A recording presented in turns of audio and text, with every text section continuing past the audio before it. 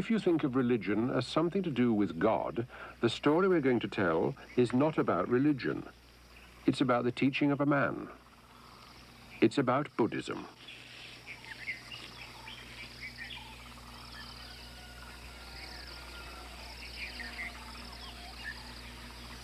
Here at Polonnaruwa, one of the ancient capitals of Sri Lanka, the island we used to call Ceylon, I was given a lesson in how to look at a statue. My teacher, then and for most of this search, was the Venerable Ananda Maitreya, former Vice-Chancellor of a Buddhist university, described in an address from the Buddhists of Burma as greatest of pundits, picked to represent his country on a visit to Mao's China. I was a bit scared to meet him, till I met him. When you see a figure of the Buddha, from his eyes of the statues, it teaches you the control of eyes. It teaches you the control. Control, restraint in eyes. Control of your eyes. From the mouth, control of mouth. Control of speech, restraint in speech. And from the hands of the statue, the restraint in hands, in your activities. From the feet also, the restraint in feet. The whole body explains or expresses the restraint of whole body, so the control of our body. So the stillness of the statue isn't just a matter of being stone, it is an invitation to emulate, to do the same thing. Yes. I see. Yes. So there's the religion, there is the real dharma. The doctrine is there. Doctrine symbolized.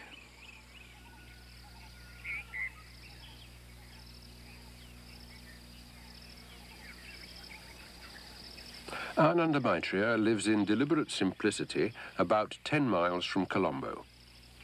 When I asked him what he thought his greatest weakness was, he said books.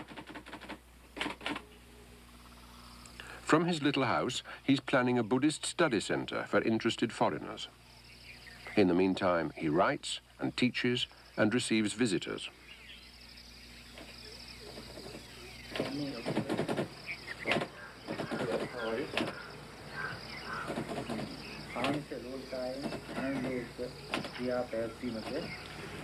If I say to you, can you put Buddhism in a nutshell? Yes. What would you do? The Lord Buddha said, Sabba papasa akaranam, kusalasa upasampada, sacitta pariyodapanam, etang buddhana sasanam, which means, Sabba papasa akaranam, to shun all evils, kusalasa upasampada, to do good, sacitta pariyodapanam, purification of your mind, etang buddhana sasanam. This is the teaching of all the Buddhas. Yes. Not easy. Well, easy, very easy if you understand it. Back to school, a nearby Buddhist Sunday school. My companion was Dr. Ratnapala, professor of anthropology in Colombo and a Buddhist layman.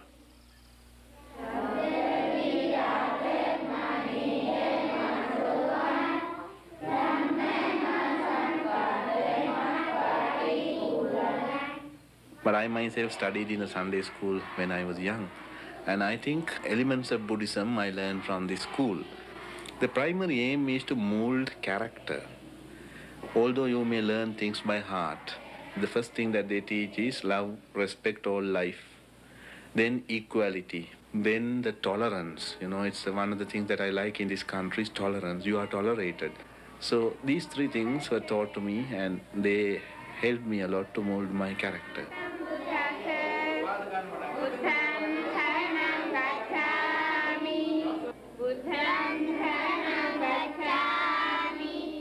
If the Buddhists have an equivalent of the Lord's Prayer, this seems to be it. I take the Buddha as my refuge. I take the Dharma as my refuge. I take the Sangha as my refuge. In other words, I take refuge in the enlightened one, that's the Buddha, I take refuge in the truth he saw and preached, that's the Dhamma. I take refuge in the community of monks who live by the teaching and carry it out to the world, that's the Sangha. After school, some of the children told Dr. Ratnapala and me their favourite stories. They were all taken from the Buddhist scriptures, and they were all about the former lives of the Buddha. Like this one, on respect for elders. An elephant, a monkey, and a partridge tried to establish which was senior so as to bring some order to their community. When I was young, said the elephant, I could walk over that tree and it scarcely touched my belly. When I was young, said the monkey, I could sit on the ground and gather leaves from its topmost branches. When I was young, said the partridge, I ate a seed which passed through my body and dropped to the earth, and from the seed grew the tree. So the seniority of the partridge was established, and the other two paid their respects to him. And I, said the Buddha, was that partridge. But who is the Buddha? You get one possible answer by retracing his steps back to India.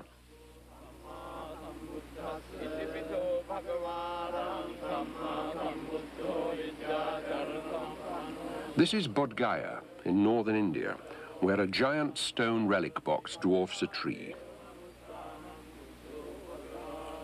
Here, says the tradition, 2,500 years ago, under a tree, a man sat. He'd been born into luxury, and that hadn't satisfied him. He'd tried self-denial, and that had nearly killed him. Now, at the age of 35, he sat here and, after great inner journeyings, woke up to the truth. And that is the literal meaning of the word Buddha. He is the one who has woken up. After his awakening, says the tradition, he walked to Benares, where, in a nearby deer park, and the deer are still there, he preached his first sermon, and with that sermon won his first 5 disciples. But the question remains, who is the Buddha? Is he supernatural? Is he God? Is he immortal? He's a man, an extraordinary man. From the very beginning of his life, he's extraordinary. That's the case, not supernatural. Natural, but extraordinary. It wasn't that Ananda Maitreya back in Sri Lanka exactly disapproved of that trip to India, but I got a strong impression that, given the choice, he preferred live teaching to a dead relic. Ananda Maitreya's hometown, as you can tell if you see his full name, is Balangoda, because it's the custom here to make the name of your birthplace part of your permanent label. Balangoda Ananda Maitreya.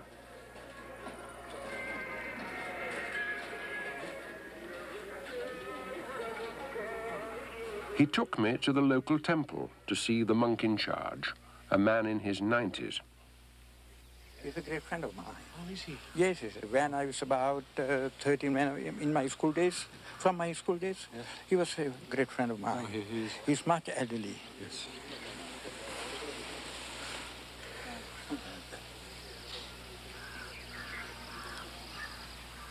Is he very much your senior? Yes, about 4 years. The seniority is calculated from the day that you are ordained. So it is our custom that we have to pay respect to our senior. If he's senior to me, even in 1 minute, I have to respect him. In this society, it's no bad thing to be old.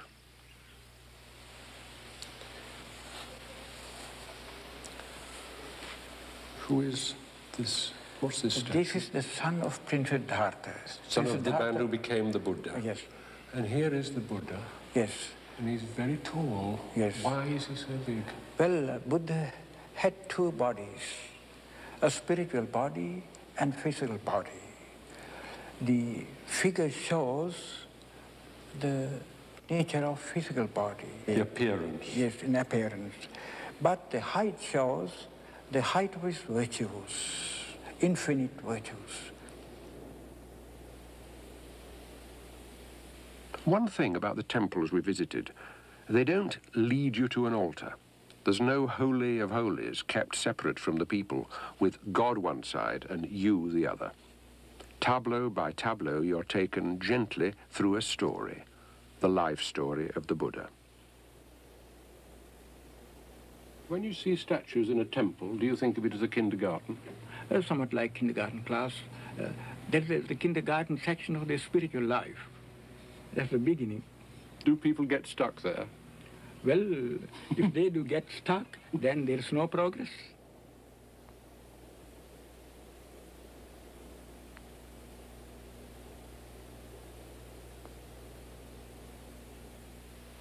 This is a fledgling relative of the Buddha with his parents. He's been a novice monk for 1 hour exactly. If, after 5, 10, or 50 years, he decides to disrobe, nobody's going to stop him. So the events of an hour ago weren't as final as they looked.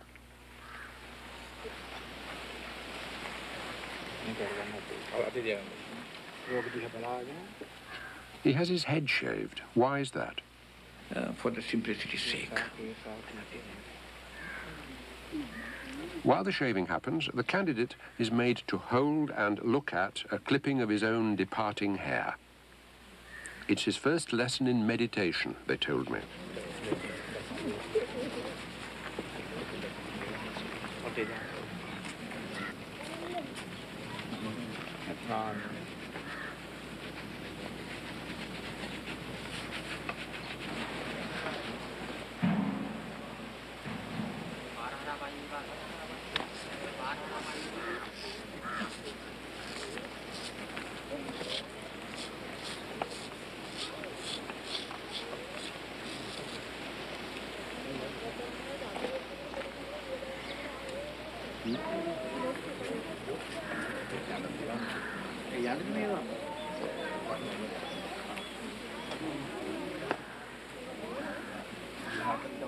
There was a nice informality about the style of the ceremony, but nothing haphazard about the timing. It happened at an hour and on a day that was astrologically exactly right. From Buddhist point of view, best astrological moment is when your mind is strong enough, full of self-confidence and energy. Nevertheless, the astrological calendar had been consulted.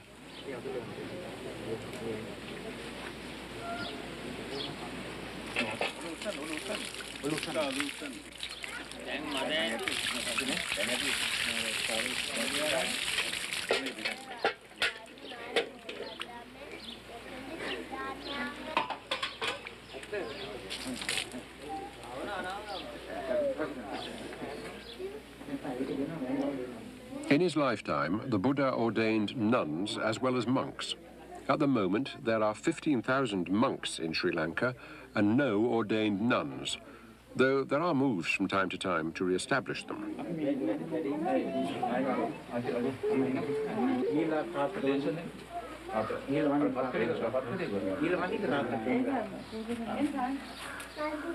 This is the last time he'll pay respects to his parents as a layman.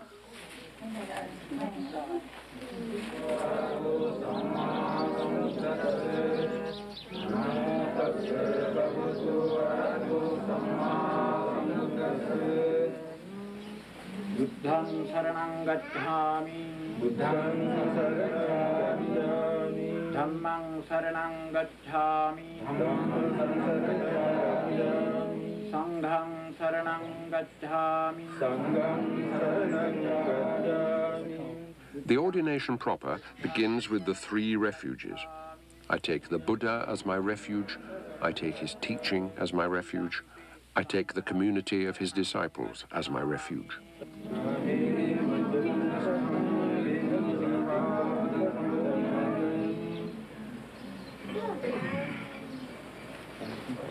Aham bhante, pabbajjang yachami, dutiyampi, aham bhante, Pabbajjang yācāmi. Tatiyampi. Ahang bhante. Pabbajjang yācāmi. Pabbajjang yācāmi. Yācāmi. The language he's having difficulty with is Pali. That's the language of the earliest Buddhist scriptures. These are his new robes.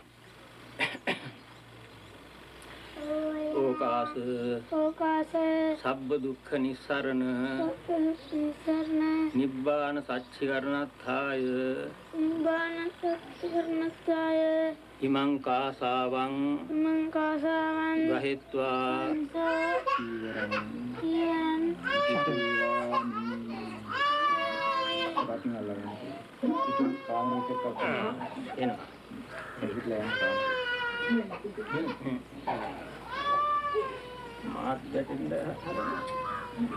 A layman observes 5 precepts, 5 undertakings.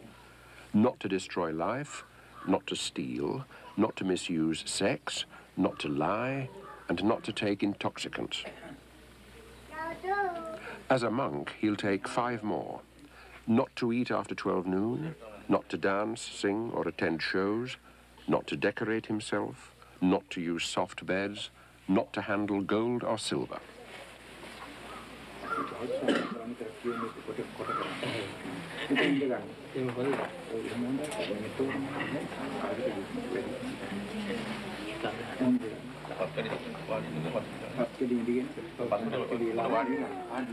I asked Ananda Maitreya if ordination gave a man any special powers.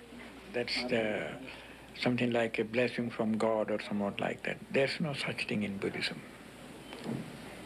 Because it is everything is you. You depend on what you do.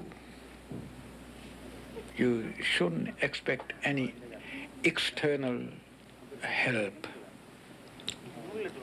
from a spirit or from anybody for your own development.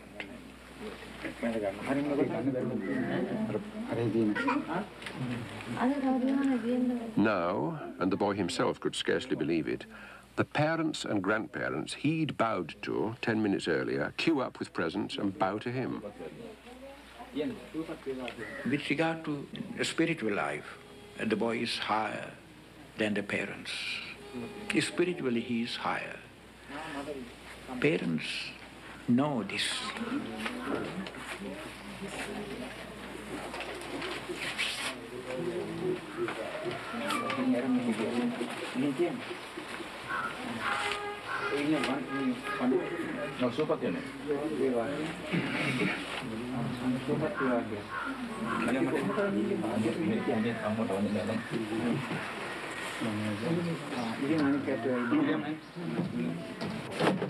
Now, other relatives, grandmother and others.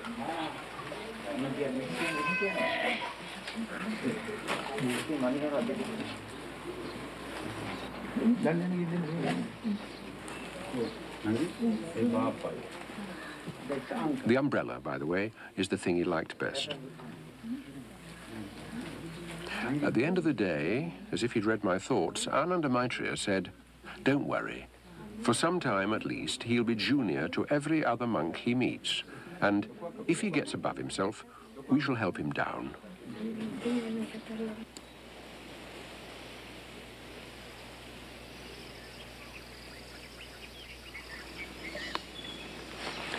A word you hear a great deal in talk with Buddhists is the word suffering. Being alive is suffering, dying is suffering, even being happy is suffering.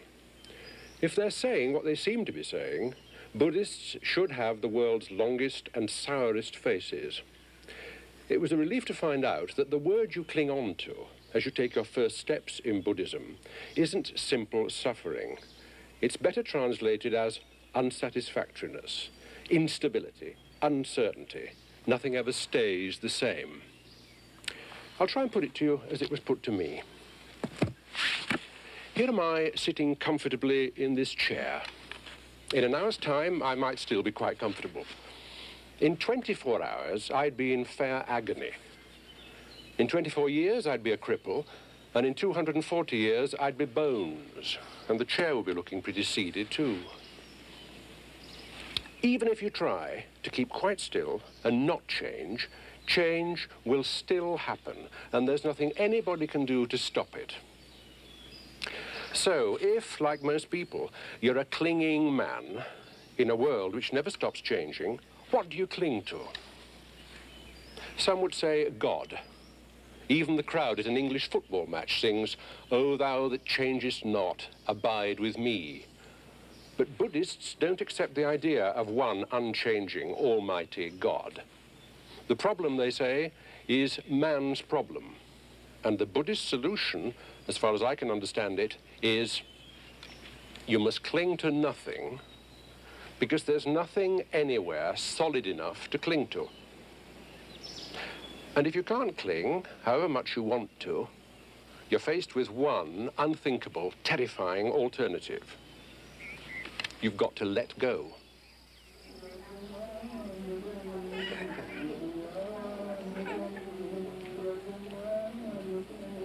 When a novice is at least 20, he can be ordained a fully fledged monk, a bhikkhu. In this tradition, a bhikkhu doesn't eat after 12 noon, and what he eats, he begs for. Simply whatever house we see first, then we go there. If they offer us, then we accept. If they don't offer, then we pass over to other house. Do you collect food for other monks, or in your begging bowl is it just yourself? Yes, sometimes if there are number of monks in a temple, so we collect some food, even sufficient for others.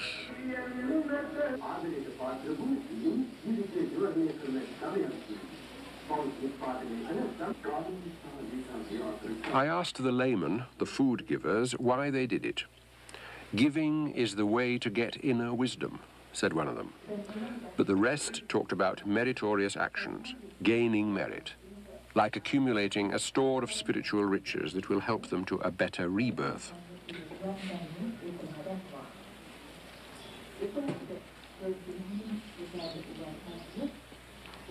I found myself wondering if it was difficult to beg. No, because when we join the order, naturally, we have to give up our pride, because we know we live on others.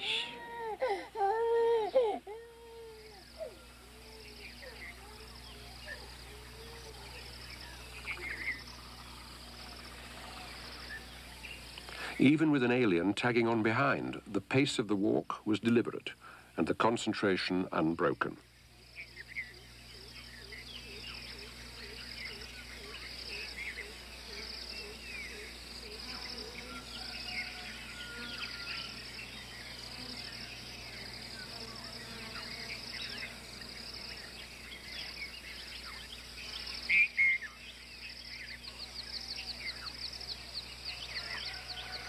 Take two monks. One sits and meditates, one goes out and serves society. Which is more praiseworthy? Well, that depends on motive. The motive? Oh, yes. According to his motive, either this or that person is praiseworthy. I suppose I wanted him to approve of the bhikkhu who bustled about doing good. When we go on alms begging, if we do it properly, correctly, you have to meditate, to extend your loving kindness towards the people who offer you alms. So you have to spread that loving feeling, that loving kindness, feeling of loving kindness towards them. It purifies, even in that moment, your mind. It's a kind of blessing, mental blessing.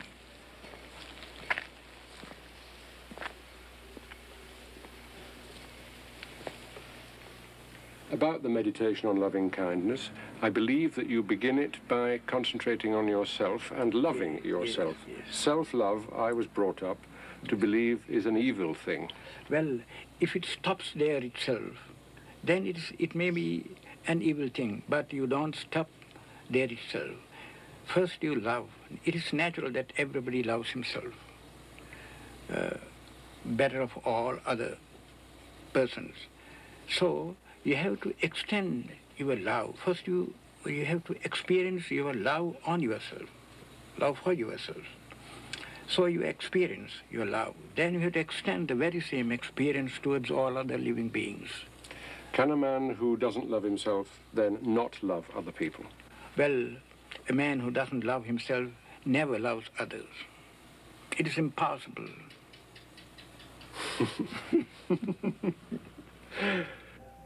Come to think of it, the Christian gospel says, love thy neighbour as thyself, not more than thyself, and certainly not less.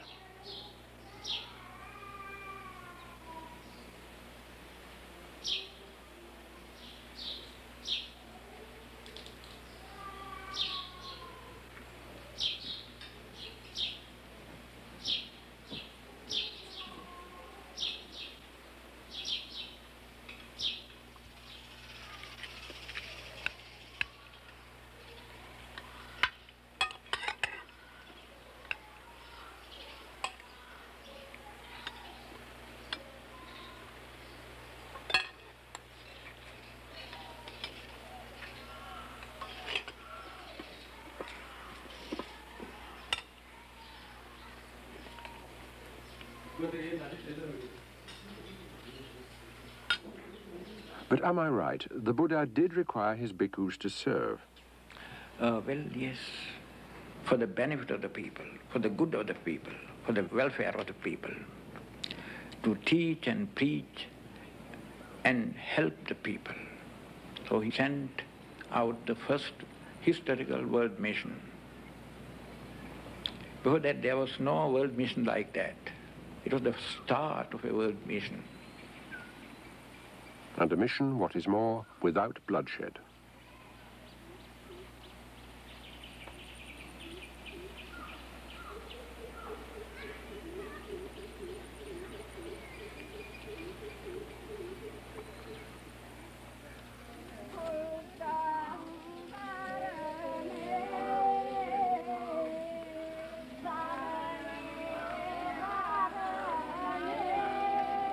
It's the day before a full moon, and these are pilgrims. For the last 3 months, traditionally the monsoon months, monks have been keeping what's called the rain retreat. Now it's nearly over, and up there in the forest hermitage of Wataruwila, preparations are being made to welcome the laity once again.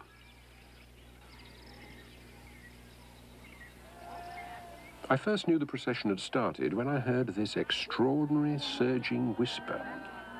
It must have been about 2 in the morning.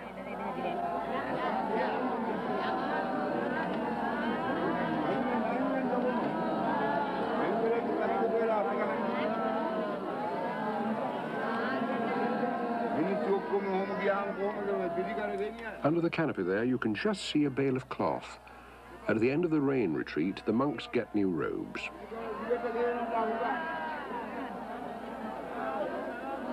That cry of sadhu, sadhu, sa, it seems impossible to translate.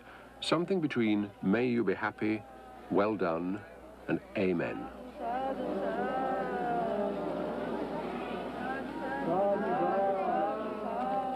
In an assembly hall under a jutting rock sit the monks of Wataruwila, some from the main house and some from small hermitages hidden away all over the island. These are forest-dwelling monks, and the paradox is that, having forsaken society, they seem in some extraordinary way to draw society after them. If you looked at those requisites that are brought by the people, you find that each one brought according to his own means. The poorest brought a cake of soap, or maybe even a broom. And I saw a piece of neatly folded brown paper, a ball of string, an exercise book, and a bottle of cough mixture. People who have given their gifts and people who have no gifts to give line the route and touch the presents as they go by. So everybody shares in the merit.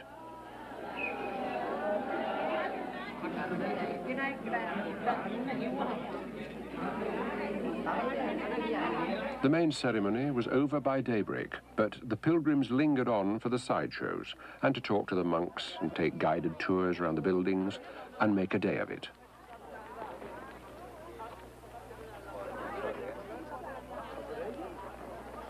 Some of these ladies had booked a year in advance for the privilege of bringing and cooking the monks' food for the day. Dr. Ratnapala translated. Well, could you tell me, first of all, about the 5 precepts? පංචශීල කියන්නේ මොකක්ද කියලා කියලා දෙන්නලු කෙටියෙන්. පාණාතිපාතා වේරමණී සික්ඛාපදං සමාදියාමි පළවෙනි ශික්ෂාපදේ. සතුන් මැරීමෙන් වැළකෙන්නේ කියන. First is not to kill any animals. Not to kill any animals Yes. at all. So is she a vegetarian? මේ එළවලු විතරක් කන කෙනෙක්ද කියලා අහනවා. මමද නෑ මාළුත් කනවා. She eats fish also. But the merit of the day's cooking would presumably help her do better in her next birth, and she prayed I'd do better in mine.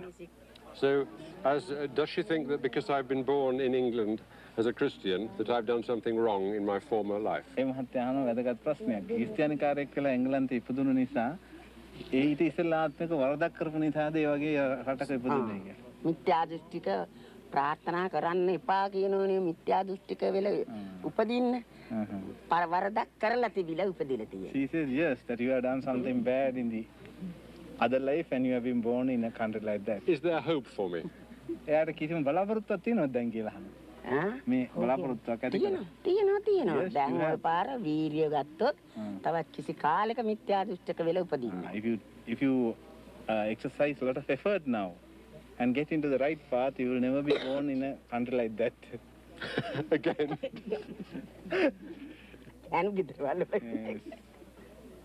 Yes. Here are 2 boys with a remarkable aptitude for ancient languages. They chant and translate from Pali and Sanskrit. Some say you can't account for such accomplishments in the space of one short life. At an early age, these boys talked of being in a bus crash. Bit by bit, a story was pieced together about the death of 2 Tibetan monks in India and their rebirth here as twins. In the middle of these celebrations, I found myself comparing the relationship of these monks and these laymen with the relationship of a town and its football team. The spectators aren't players and probably could never be. The players are in some ways idolized, in some ways trapped. What they do out there on the pitch is something very special to them, and they can't be either interrupted or helped while the game is at its height.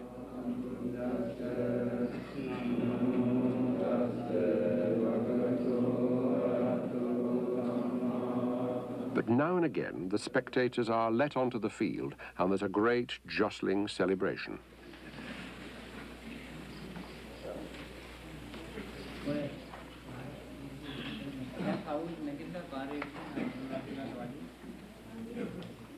Then, for the monks, back to simplicity.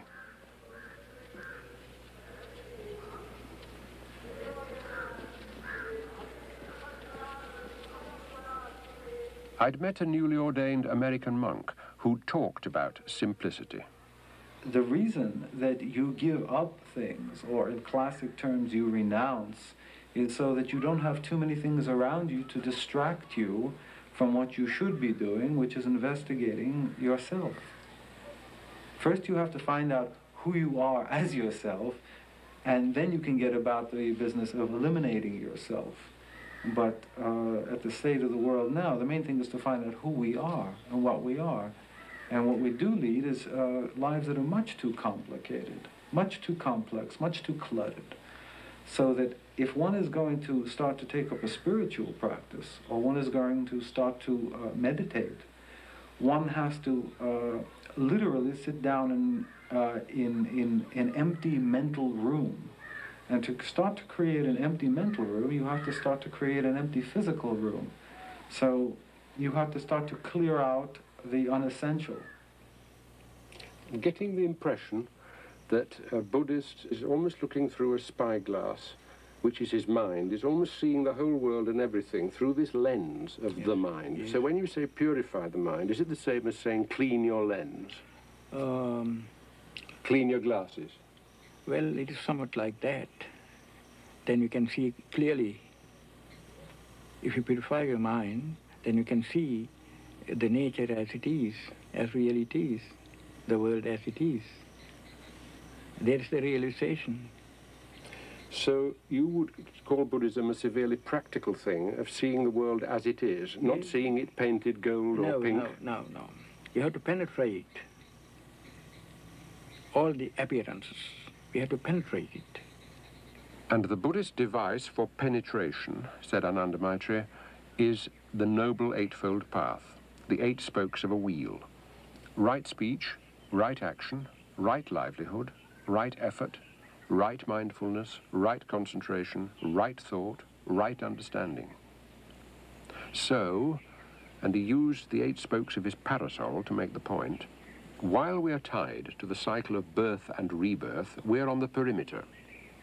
As we take the Noble Eightfold Path, we move, bit by bit, down the spokes to the still point at the center. No more birth, no more rebirth, nirvana.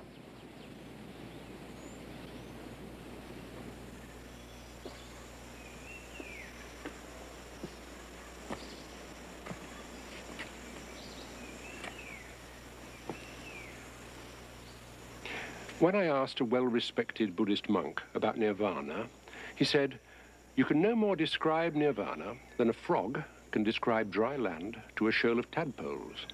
And he went on to elaborate. "Even the cleverest tadpole," he said, "can only ask questions about the element he lives in. And all the frog's answers are going to seem negative. No, dry land doesn't have fish. No, you can't float over it. No, fresh air is not like water." Until the tadpoles get the idea that he is describing some impossible, negative nowhere. "With earthly thought," said the monk, "you cannot think nirvana. From nirvana, you cannot think an earthly thought." In other words, don't look to the Buddha for help with the harvest, help with money, help with a job. Look to the Buddha for help with the truth. No wonder people in need of immediate benefits and immediate comfort need gods to resort to.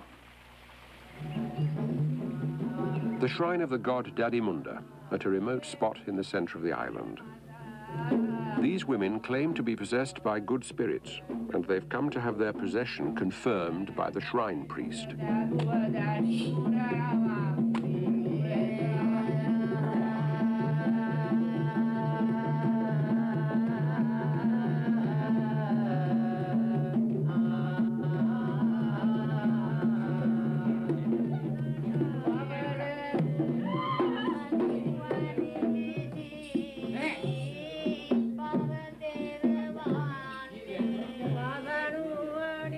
Now it's all over, they can go back home with heightened prestige. And when the spirit speaks through them, they'll be listened to. For the Westerner, even if he doesn't believe in God, God is one and almighty. To approach God Dadimunda or any of the countless other sprouting gods in Sri Lanka, you somehow need to uproot your Western conditioning. Think of the gods as fairies, said Dr. Ratnapala. Not the sugar plum versions of recent times, but the awesome presences of the old fairy tales. Think of the gods as ghosts. Think of the gods as friends in the town hall. Very useful for building permits, but no help when it comes to the great matters of birth and rebirth.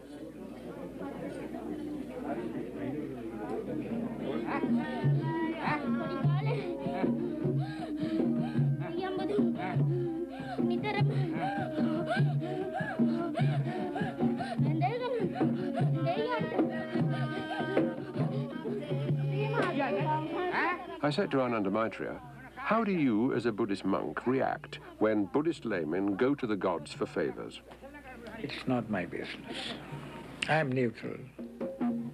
Yet the ceremony started with respect to the Buddha, the shrine priest is a Buddhist layman, and the people in general would be outraged if anybody suggested they weren't regular Buddhists. So, and this took time to sink in, gods inhabit this universe as surely as a man and his ox. They can't bring you to nirvana because they don't know the way. The way is the Noble Eightfold Path of the Buddha. The Noble Eightfold Path of the Buddha unfolds with meditation. Meditation penetrates appearances and reveals the world for what it is. Now, slowly, you begin to understand that your mind is a changing process, a flux, a flow of thoughts or thinkings, mere actions, mere activities. At last, you understand the so-called man is a mere phenomenon. What is there is a process of vibrations. Apart from vibrations, there is nothing. If a man says to you, I know this table is real, what would you say? Well, when a man dreams that he is touching the table, till he wakes up, it is real to him. So what we have to do is to wake him up.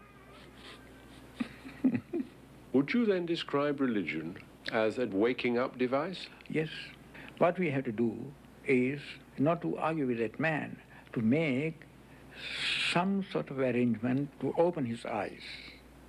Illusion then depends on a person waking up within himself, not receiving somebody else's word, No. waking up within himself. Yes.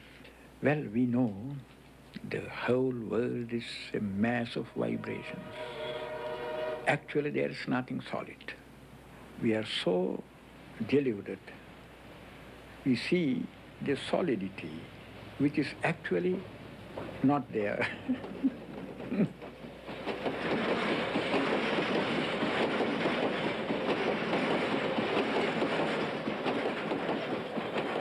It is somewhat like measuring a dream by another dream.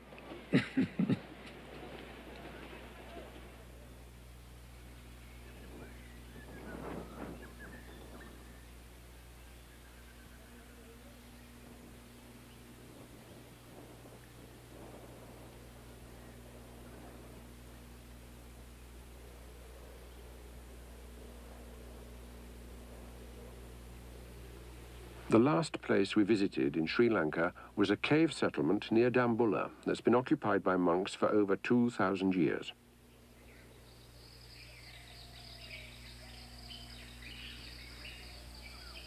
Bhikkhu Paramananda was a clerk on a tea plantation till he was over 40. Then he became a bhikkhu. His cave contains a hard bed and a few books. The inscription over the door is from the 2nd century BC and records the name of the patron who first made it possible for a monk to live here.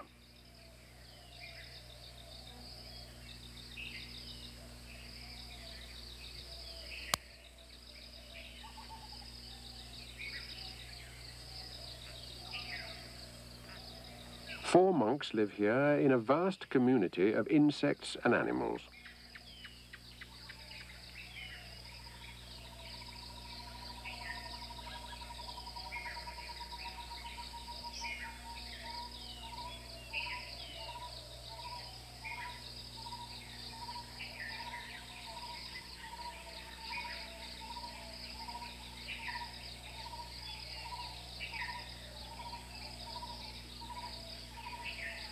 Bhikkhu Soma, also a forest monk, spent 8 years as a student engineer in Chelsea, London. What things in particular do you miss now? Can you give me an example? All comfortable living, like driving cars and living in a nice comfortable house and a bed. And these things, as well as a lot of other interests, technical interests and studying, reading and freedom. Mostly. Is your life here very, very controlled? I mean, morning till night? I should say up to a certain extent, yes. Is it very serious? Yes, very serious, because if there's any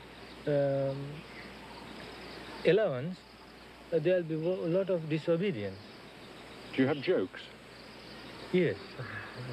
We're not all that sort of boring and unhappy. We're also happy. We crack jokes and laugh about. And of course we practice meditation too, but we are in a confined place. Because with the society, if we do that, society will lose the respect towards us. Do you ever want to leave? That's unpredictable. You haven't so far? Sometimes I should say, as a matter of fact, there was certain temptation came out to me and pushing me like, and I know those are weaknesses that I have. The idea of Buddhism is to build up the resistance towards that sort of temptation where we'll go back. I mean, we can't go back to childhood, really. But it's an illusion if you try.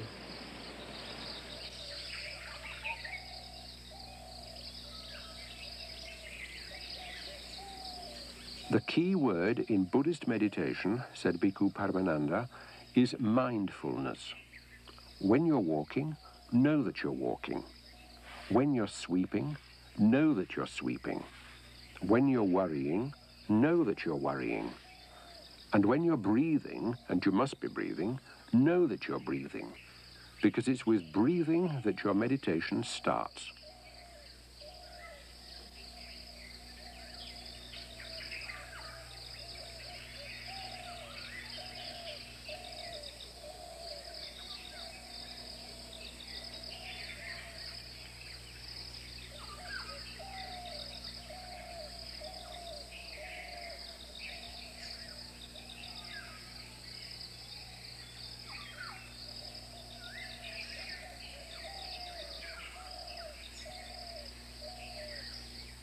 The Buddha said, it's the duty of a monk to teach and preach for the good of the many, for the happiness of the many, out of compassion for the world.